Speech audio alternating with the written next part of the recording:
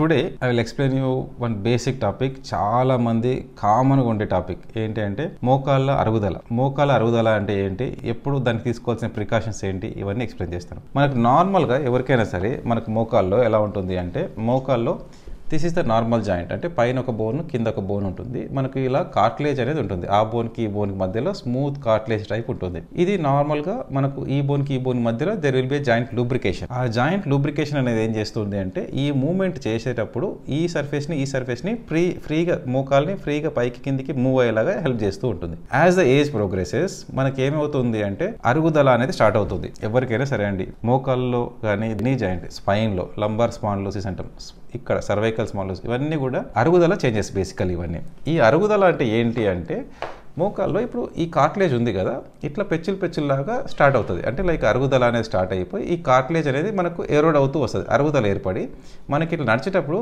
ఆ bone direct bone to bone rub అవుతుంది. Bone to bone rub అయ్యి మనకు పెయిన్ క్రియేట్ అవుతూ ఉంటుంది. ఇది మనకు ఫస్ట్ స్టేజ్లో. తర్వాత యాజ్ అ స్టేజ్ ఇంప్రూవ్స్ మనకి ఏమవుతుంది అంటే, ఇప్పుడు చూసారా ఇక్కడ ఈ బోన్కి మధ్యలో ఉన్న కార్టిలేజ్ అనేది కంప్లీట్లీ ఎరోడ్ అయ్యింది. ప్లస్ ఇక్కడ ఉన్న కార్టిలేజ్ మొత్తం డ్యామేజ్ అయ్యింది.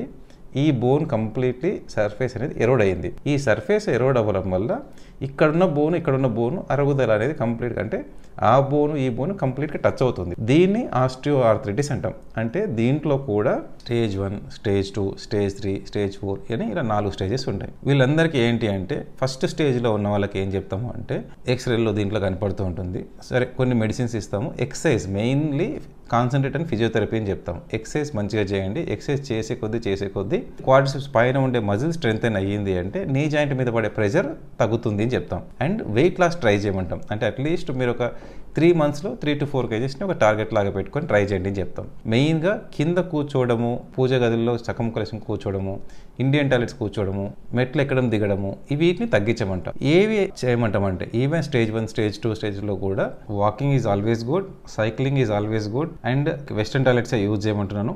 ఇండియన్ టాయిలెట్స్ కంప్లీట్గా అవాయిడ్ చేయమంటున్నాను. సిట్టింగ్ క్రాస్ లెగ్ అవాయిడ్ చేయమంటున్నాను. కిందికి వంగి ఏదైనా బకెట్స్ ఎత్తడం ఇట్లాంటివి వీలైనంత తగ్గించండి అని చెప్తాం. These are the things we should avoid and we should go ahead. And initial డేస్లో మనకి ఏంటంటే tablets and medication and strengthening exercise, quadriceps strengthening exercise కూడా బాగా ఫోకస్ చేయమంటాం.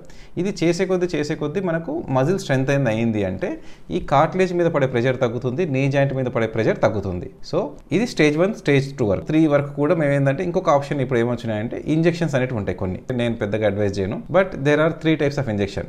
మోకాల్లో గుజ్జును పెంచుకోవడానికి, ఈ నొప్పిని తగ్గించుకోవడానికి ఇంజెక్షన్స్ అవసరమా, ఇంజెక్షన్స్ అంటే ఏం ఇంజెక్షన్స్ ఉంటాయి అనే విషయాల గురించి మనం నెక్స్ట్ వీడియోలో తెలుసుకుందాం. Okay, thank you.